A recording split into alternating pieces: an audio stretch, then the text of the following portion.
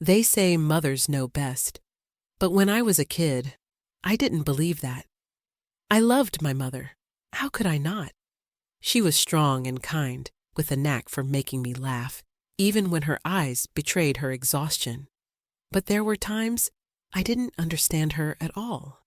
She'd say things like, "Amara, don't let this village trap you," or "You need to work hard so you don't end up like me."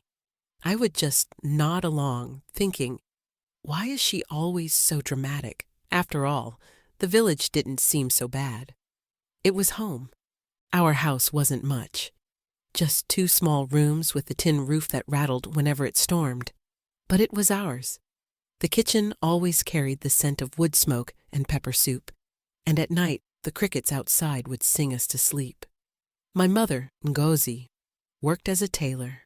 She spent her days bent over a sewing machine, her hands moving with a skill that seemed almost magical. She could take the oldest, most worn-out fabric and transform it into something beautiful. People from all over the village came to her when they needed clothes for weddings or church. She was a magician with a needle, but no matter how hard she worked, there was never enough money. Still, she never let me see how much it hurt her. Or at least, she tried not to.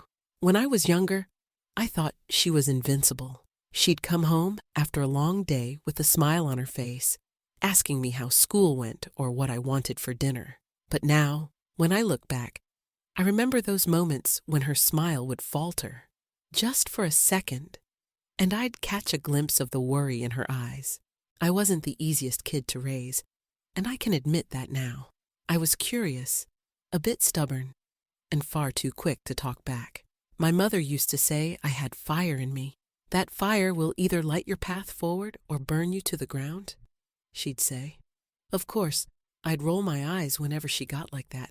I didn't want to hear lectures about life being hard or how I needed to be better. I just wanted to live in the moment, run with my friends, splash in the stream, and climb trees until my hands were sticky with sap. The future could wait. But for her, it couldn't. She carried the future like a weight on her shoulders, always thinking about how to ensure I had one. She'd sit me down after dinner when the house was quiet and talk about the world beyond our little village. "You're smart, Amara," she'd say. "Smarter than me. Smarter than this place. Don't waste it." I'd shrug it off, thinking she was just being overprotective. I thought I had all the time in the world to figure things out. I was wrong, of course. Mothers are usually right about these things.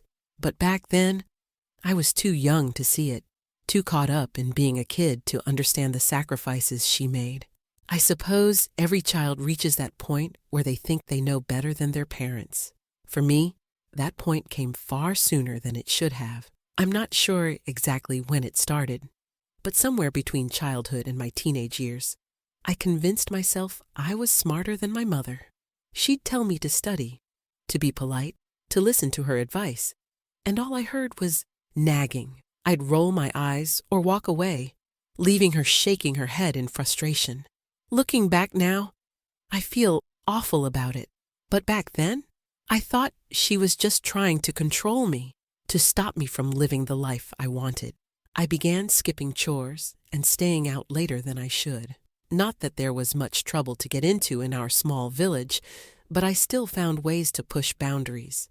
When my mother asked me to help her with sewing, I'd mumble some excuse about being tired and run off to meet my friends. We'd sit by the stream or climb the hills, laughing and talking about nothing important. It felt so liberating to be out there, away from her constant reminders about responsibility and hard work.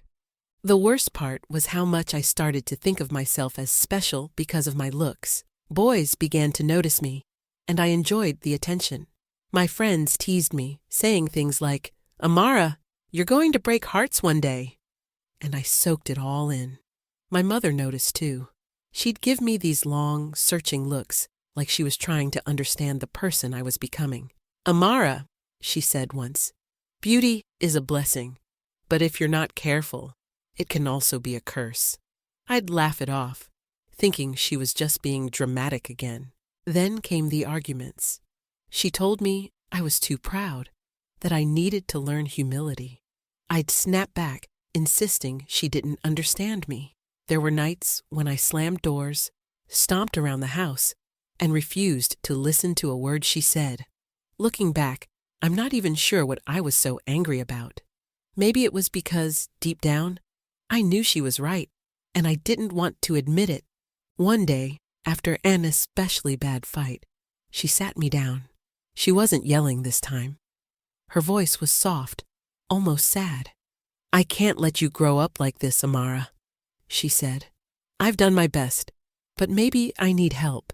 I didn't understand what she meant until a week later when she told me I'd be going to live with my uncle in the city. The city! Part of me was excited. Who wouldn't be? I imagined bright lights, bustling markets, and a life full of adventure. But another part of me felt like she was giving up on me, like she couldn't handle me anymore. What I didn't realize then was that she wasn't giving up. She was trying to save me, even though it broke her heart to send me away. Of course, I was too stubborn to see that at the time. I was too busy dreaming of all the ways I could finally be free. The city wasn't anything like I imagined. It was bigger, louder, and busier than I had ever dreamed. The streets buzzed with life at all hours, full of people shouting, laughing, and arguing as they hurried in every direction. Bright lights hung above the roads, flashing advertisements for things I couldn't afford but desperately wanted. The air was a mix of car exhaust and the mouth-watering aroma of street food. Spicy suya sizzling on grills, sweet roasted corn, and AKALA frying in bubbling oil.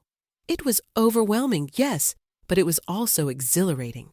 I felt like I had stepped into a whole new world, one where anything was possible. Living with my uncle, though, not so exhilarating. Don't get me wrong, Uncle Chike was kind in his own way, but he ran his house like a military camp. Lights out at 9 p.m., chores every Saturday morning, and absolutely no hanging around with the wrong crowd. "This city will swallow you whole if you let it," he told me more than once. I'd nod and smile, pretending to listen while my mind wandered to the streets outside, to the freedom just beyond his front door. At first, I followed his rules, mostly because I didn't know my way around. But as I grew more comfortable, curiosity began tugging at me. The city had its own rhythm, and I wanted to move to its beat. My first taste of freedom came when I made friends with a girl named Tola. She lived down the street and seemed to know everyone and everything. Tola had this effortless confidence, the kind that made people turn their heads when she walked by.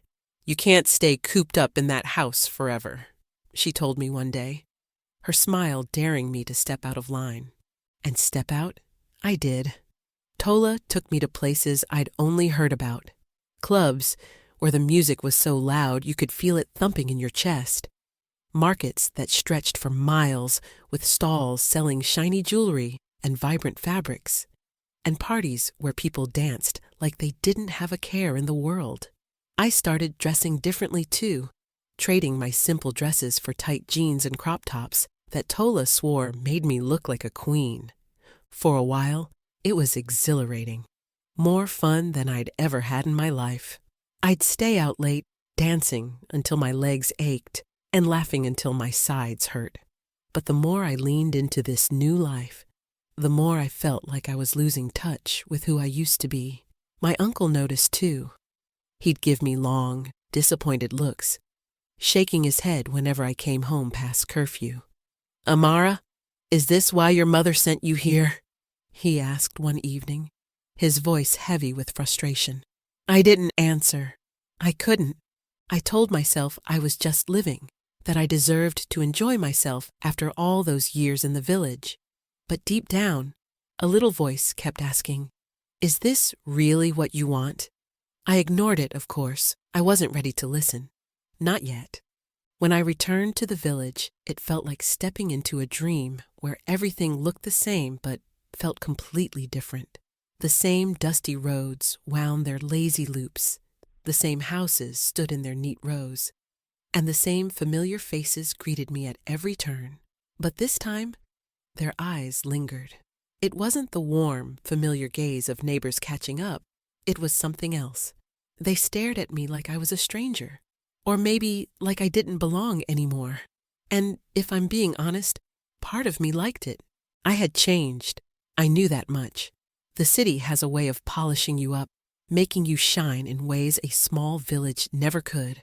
My skin glowed, my clothes fit tighter, and I carried myself with a confidence that turned heads. The young men who used to tease me as a scrappy little girl now looked at me like I was a prize they couldn't wait to claim. At first, it was flattering. Who wouldn't enjoy a bit of attention? But flattery is a slippery thing. It sneaks into your head and makes you believe you're untouchable. And I believed it. I started playing a dangerous game, one I foolishly thought I could control. The village boys, and even some older men, tried to win me over with gifts and sweet words. It was easy to smile, laugh at their jokes, and let them think they had a chance. They brought me jewelry, fine fabrics, and even money, all in an attempt to impress me. But then I crossed a line. I gave myself to almost every man in the village. My body became a commodity I exchanged for attention or gifts. I told myself it was harmless, that I was just having fun, but deep down, I knew I was playing with fire. I don't know exactly when things went too far. Maybe it was the first time I accepted a gift knowing full well I felt nothing for the man who gave it.